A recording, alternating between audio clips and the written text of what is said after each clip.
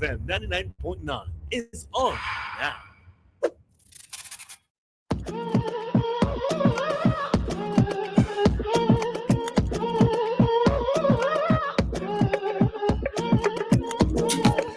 Sometimes you just had to hear a song to remember. I really like this rhythm. Oh, Voice is one of my favorite soca artists to listen to. Voice, Hans, Voice again, Mason. I like to hear them. I like to hear the music. But we're back. It's 9:23 here in St. Vincent and the Grenadines, and welcome to Activated Morning once again. This is our open forum, or talk to me if you may. The number to call is 457-9997. Also the number to WhatsApp. We're live on YouTube and Facebook. yeah, Voice has a good voice. You I know, love his style of music. Me too. I also enjoy Blacks. I enjoy Nicki Fire Empress too. Problem Child is one of the most versatile Problem soca Child is artists my favorite soca artist. I think of Problem Child is the best, but I'm biased. of all time. Of all time. Um I see Trinidad, they're not having Soca Monarch. Soca Monarch again. I don't know how that is going to hurt or help the industry, because that competitive, maybe it might help the industry. Everybody will be like hyper focused on improving themselves. Um, but Trinidad being the mecca of carnival in the Caribbean, they are on a their product is of a particular standard. So it may not even matter to them. Maybe just the younger folks coming up might need that experience. Some people argue that all Trinidad soca song the same, but I tend to enjoy Trinidad soca a lot. Trinidad soca is more mellow. Yes, I like that. I like music that I could actually sit down and listen to. Not saying that you can't listen to Vinci soca, we definitely, most definitely can. But I meant the more mellow vibe, because I can't always sit down and listen to power soca. Like you have to be in a certain mood, and it's the same the across BPM. the genre. Yeah, The BPM. it's the same You across gotta any get. You have to genre. move. Yeah. When you're listening to that. Um, I from time to time we have this argument of. I see it on Facebook. I saw it on Facebook. Especially during last carnival, that we should bring back raga soca artists that could actually sing. And I was looking at two videos with two Trinidad soca artists. They just showed up on my feed. The first one was with Destra Garcia. Destra was singing a song at Drew's funeral. And I was like, wow, I know she can sing, but like when you hear soca artists sing a different style of music, it's always very amazing to me. The second clip was Kes De Frontalia of Kes the Band. He was singing I Did It My Way at Basdio Pande's funeral. I'm not sure if it was the funeral or the memorial service, but because I only saw that clip. And his voice was just so soothing. They could sing, but when they sing something else outside of soca, it's just always so amazing. You should look further listening. You know what I don't like? Just like Frank Sinatra. Wow. Very sweet. I don't like when persons make it seem like all there is to soca is the push down aspect, the jump up aspect. Yes, that is part of it. But soca has a lot of melodies, and soca is storytelling. It always has been storytelling. Soca is calypso music. It always has been storytelling. And so when foreigners ask me to let them hear a soca song, I always go to raga. I always go to groovy. Always. Because I want to draw them in and then introduce them to the other side of soca. Because not everybody is just going to adapt immediately or be attracted to the push down, the jump up, you know what I mean? Yeah, I think the most of the push down is the lyrics. Yeah. Because they're power soca songs that I could sit down and listen to and not want to like push down or shove somebody.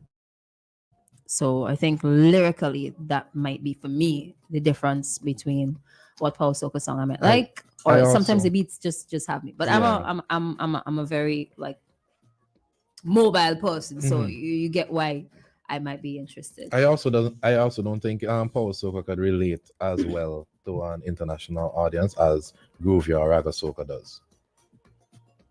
Just how many foreigners can relate to that? You might be surprised. Yeah, but in comparison, I'm not sure. because I've seen I it. don't think some of them can keep up. I tell you, I remember I remember there was I met a South African girl and she was telling me, oh yeah, she respects everyone culture, but soca isn't for her. Then I played her some hands and I played her some voice and I played her kiss and I played gosh, I forget the name of the band from Trinidad. But you know the song, Vikings. Can You Feel the Love? I played her that, Oh yes. yeah, And she was they're like, I had no nice. idea that there's different types of soca. These songs are really nice.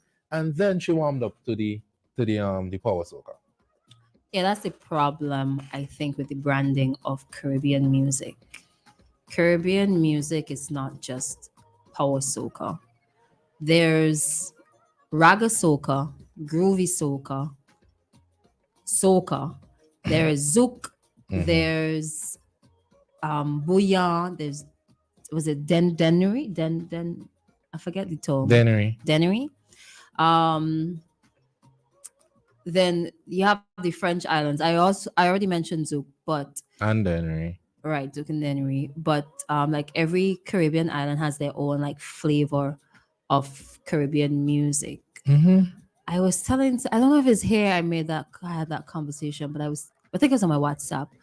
I listened to some Afrobeats instrumentals, and then I listened to some dance hall instrumentals, and I was like, that means only same. But you know, people get offended when we say Afrobeats does take from soca music, but they do. They do. Soca and dancehall, sorry, Caribbean music on a whole, they do. Now the I argument is feel that like it's the other way no, we take around. from traditional African music, but the genre of Afrobeat itself, the same as reggaeton, takes from Caribbean music or inspired by Caribbean music. But if they all come from the same source, are they inspired by the subsource? I do think that is very possible for that to happen I feel like because because they all started practically this to me, right? I don't know the full history, but if we had quite a bit of Africans moving towards the Caribbean, mm-hmm. you would get that drums, that beat, those Yeah. having to think outside the box to create instruments, to create the music, to build the music. Then you got the calypso coming up, the soca coming up. So they Mm-hmm. all came from the same source. Yeah, but it's They're like kind of taken from. a mixture of the drums and remember a lot of like as descendants of Africans, we do have a lot of rhythm and we do have a lot of music running through us. Remember, even in some parts, they used to communicate through drums. But when we came to the Caribbean and Calypso and Soca was introduced, it was by Caribbean, it was by West Indians, Indians in Trinidad and Tobago. So it's a mixture that really that's really important to note. So Mm. if it is a mixture and we evolve from just that specific style of making music, it is possible for the source to then draw inspiration from what they're now introduced to. Okay. Fair point. Fair point. Hmm. Um, what I don't like when it comes to like Caribbean music, I forgot to mention reggae and dancehall. I don't like the my music is better than your music Yeah. arguments, especially when you sit on social media. Um, it is okay that like there people consume so much music that it is quite possible to like more than one genres within the Caribbean community. Mm-hmm. And it is also possible for a native of a Caribbean island to like the music of another Caribbean island. Yeah. Um, just because If you want to sell your music, somebody has to buy it. Would you expect to buy it? I It's okay, didn't. man. I wasn't a fan of what Bounty Killer had said. What I the most killer say? understand what he was saying. He had said, if Jamaicans aren't careful, and soca will overtake dancehall. But he said it in a way to encourage persons to take a step back with the soca. Let's promote dancehall. I was not a fan of that. Yes, I understand that dancehall is your bread and butter, and dancehall is Jamaican culture. But as we're one Caribbean, we could promote each other. True. However, right? I think I Mhm. understand what I understand what he was saying. he meant by that. And that's the problem that I think some folks have here is that you promote somebody else's culture so much that it supersedes your own Mhm. and you don't have an appreciation for what you have. Like it's supposed to be you first and then whatever space is left back That's his. is for other like you can appreciate, but to promote it as if it is number one and it gets priority over your own, then that could be a little bit problematic Christal. because That is why I say Caribbean and Latin America. Because in every single forum, no matter what it is, it's the Latin America and the Caribbean. No, it's the Caribbean and Latin America. To me, it's always the Caribbean first and everybody else after.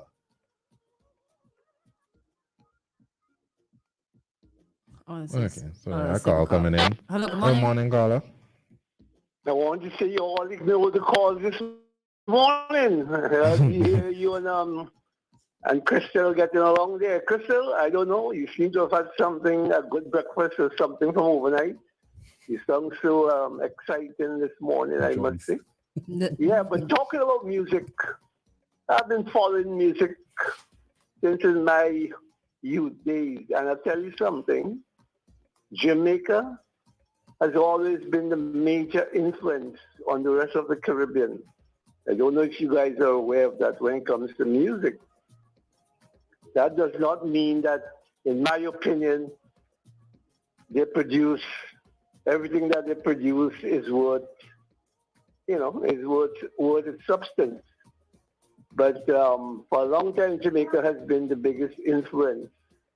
My days growing up with Millie Small, you might even know of Millie Small, My Boy Lollipop, Ken Lazarus, Toots and the Metals, and these kind of people. Oh, there was this ballad singer. I don't hear his music at all. Only when Randy D was alive, I used to hear his music. Keith Lynn, what a lovely ballad singer. His tunes used to dominate the party in my time growing up as a young man. So music is a continuous thing. Some of the stuff, the material I hear these days, I just deem them as rubbish with some of the artists and what they sing. But what I would like to know is that different radio stations seem to would have different policies. The other morning I wake up bright and all before Dick Peen, as the people say, and I hear somebody playing a tune. I wasn't sure which is the radio station, although I suspect which one it was. But they're playing a tune. I don't think I'll repeat it. I want something to eat anyhow. I ain't even semi praise yet, as the people say, but I hear this kind of, it's a double meaning, but not double meaning. This was so plain for anybody to understand what that person was singing about. He wants something to eat. But then I think of Nuki. It was something referring to Nuki, and Nuki was a big song for whoever sang it. James EP. So, hello? James EP. Yeah. I'm just saying Nuki made a big hit.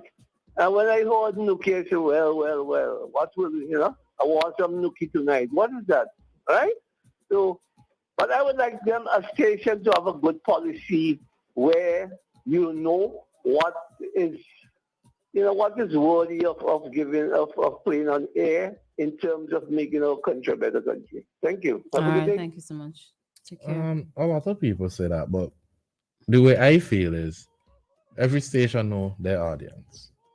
Every station know who would appreciate whatever, and there's certain guidelines that stations have to follow. If it's not, they just outright blatantly saying such and such and such on air, then I didn't have I personally don't like some of those Booyang songs. Me personally, but anyways, the smutty, you were talking about some of them. Trinidadian artists that sound beautiful. Mm-hmm. I remember when I was at Searchlight, I went to cover Miss SVG one year, and Chanel Mackenzie was the guest artist, and she was singing I'm Alive by Celine Dion, and she sang another song. And I sat and recorded it the way it sounded so beautiful. Like Chanel Mackenzie is an amazing singer, in my opinion. The way that she handled those songs, I forgot I was walking. I just like she drew me in. It was a great performance. You know, can sing really well too, Danny Rivera. Oh yes. Yes. I think sometimes what soca calls for, it can overpower and overshadow your actual. I don't want to say actual ability. I know what you want to say. I know what you want to say. Soca does not give you the range and ability like a reggae song would, because of the way that some of these songs are structured. You wouldn't be like, ooh, riffs and runs and holding a note and belting a note and all these things. It's just like it's like smooth rapping. Sensual rapping in a sense. Patrice Roberts can sing well too. You know who's great? Angie. The girl who sang Hiruna. She performs at Barcode on weekends. Weekend before, I went to see her perform, and they were doing a number of different genres: pop, R&B. Their group, I forget the name of their group. Silk. She's in Silk, no? Is it Silk? No, it's. I don't remember the group, but it's really nice to hear them perform at Barcode. They perform other places, but that's where I sat and actually got a chance to listen to them. Yeah. Oh yes. And you heard that sort of singing yes, with the song that he won Raga Soca Mana. Yes. Jia is a very talented artist. We have a lot of talented artists here. Yeah. That I think we Soca don't. Kill some of them. But anyways. When we come back, actually I could just mention them now. Really quickly, give me a minute. Yeah, go ahead. Kuman's funeral is gonna take place. For those of you who are interested in paying your last respects to him, the January 19th, Friday, January 19th. But you hear it more in the death announcement. If you want to pay your final respects, this Friday is the day to do that. And as we were talking about music. This year is a really big year for the band Touch. They're going to be celebrating 40 years of creating hits after hits and road match titles and what's not. You can't sleep on 40 years of music, huh? 40 years. That is a huge. Ecstasy is the name of the band. She's in Ecstasy? Yeah. Yep. Wait, hold on. Right there in the center. She sang Hiruna? Yes. I thought it was another girl. No, it was her. She sang Hiruna. I thought it was a dark-skinned girl who was part of the Raga Soca Monarch. I can't remember her name now. Oh yeah, Angelina. Oh, yeah, she sang Hiruna. I feel real old. I didn't know that. Yes, she did. Yeah, that's a song for the ages, by the way. Smart. It was a really, really good song. Yeah, she could sing too. You remember when she sang on that rhythm? She sang on that rhythm. This Jamaican guy did this challenge a year. Oh, yes, I remember that. She's very talented. She's been singing for a while. She's very talented. But we're going to get into our community dateline, and then we'll be right back with our wrap-up of Activated Mornings this morning.